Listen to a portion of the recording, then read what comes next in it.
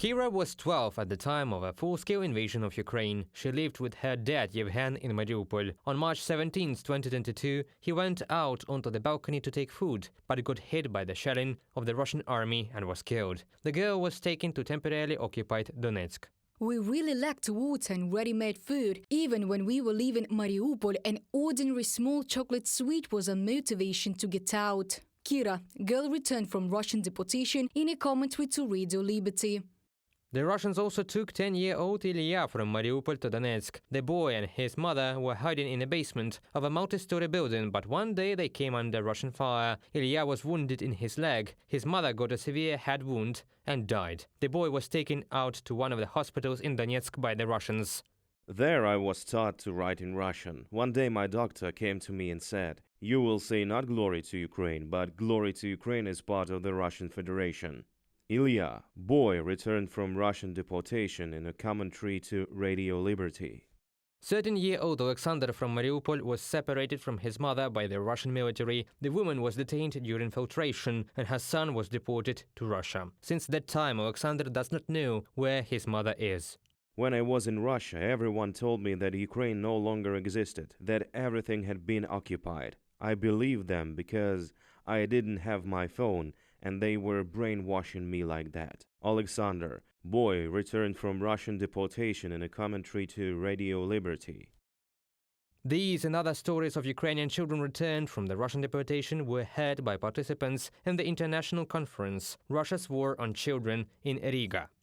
We are here to help Ukraine to end Russia's aggression against Ukraine's children, to hold the unlawful deportation and forcible transfers of Ukrainian children, to search for the ways how to stop these atrocities and to bring children back. These are not just the words, these are firm obligations that Latvia, together with more than 60 countries, have committed under the International Coalition of Countries for the Return of Ukrainian Children.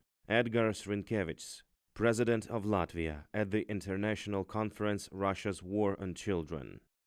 The purpose of the event was to draw the attention of the world community and international organizations to the facts of the abduction and forced deportation of Ukrainian children by Russia. Kyiv needs them to take measures to prevent new crimes and help return those children who are being held in Russia, Belarus, or temporarily occupied Ukrainian territories. Unfortunately, Russia is waging a war against children, using its entire criminal arsenal. Among the thousands of children taken to Russia, not all of them can inform us about their location or try to escape. There are ways of legal assistance to Ukraine from the international community, and first of all, this is the development of a transparent mechanism for the return of children, which should be based on the relevant resolution of the UN General Assembly.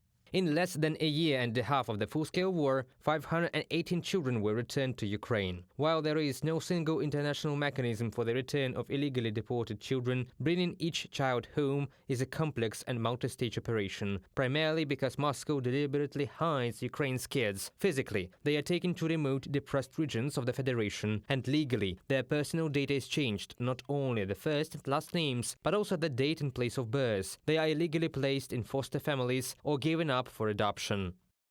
The number of children we returned is insignificant in the scale of the tragedy, but the main problem is how to obtain information from the Russian-controlled territory. And although Lavrov claims that they provided all the information on the children, I have official confirmation, responses from international organizations that Russia did not provide any lists, any information. The second problem is how to overcome Russia's resistance to the physical return of Ukrainian children, namely in large groups. We don't know. We are looking for approaches.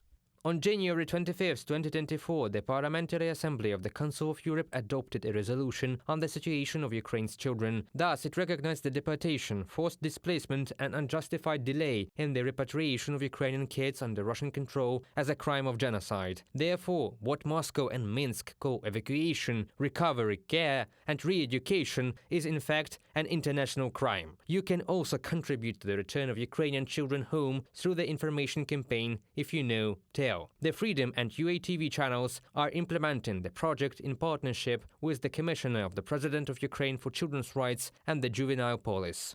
If you live in the temporarily Russian-occupied territories of Ukraine, the Russian Federation or Belarus, and you know that your neighbors, acquaintances or a social institution have a child abducted from Ukraine, please let us know. You can transmit information through the I'm Here Telegram channel. You can see the QR code and log in on the screen, or you can fill out the electronic form at uatv.ua Save UA Children. We guarantee your anonymity. Reported by Valeria Nikipilova, Pavlo Shtermach, UATV News.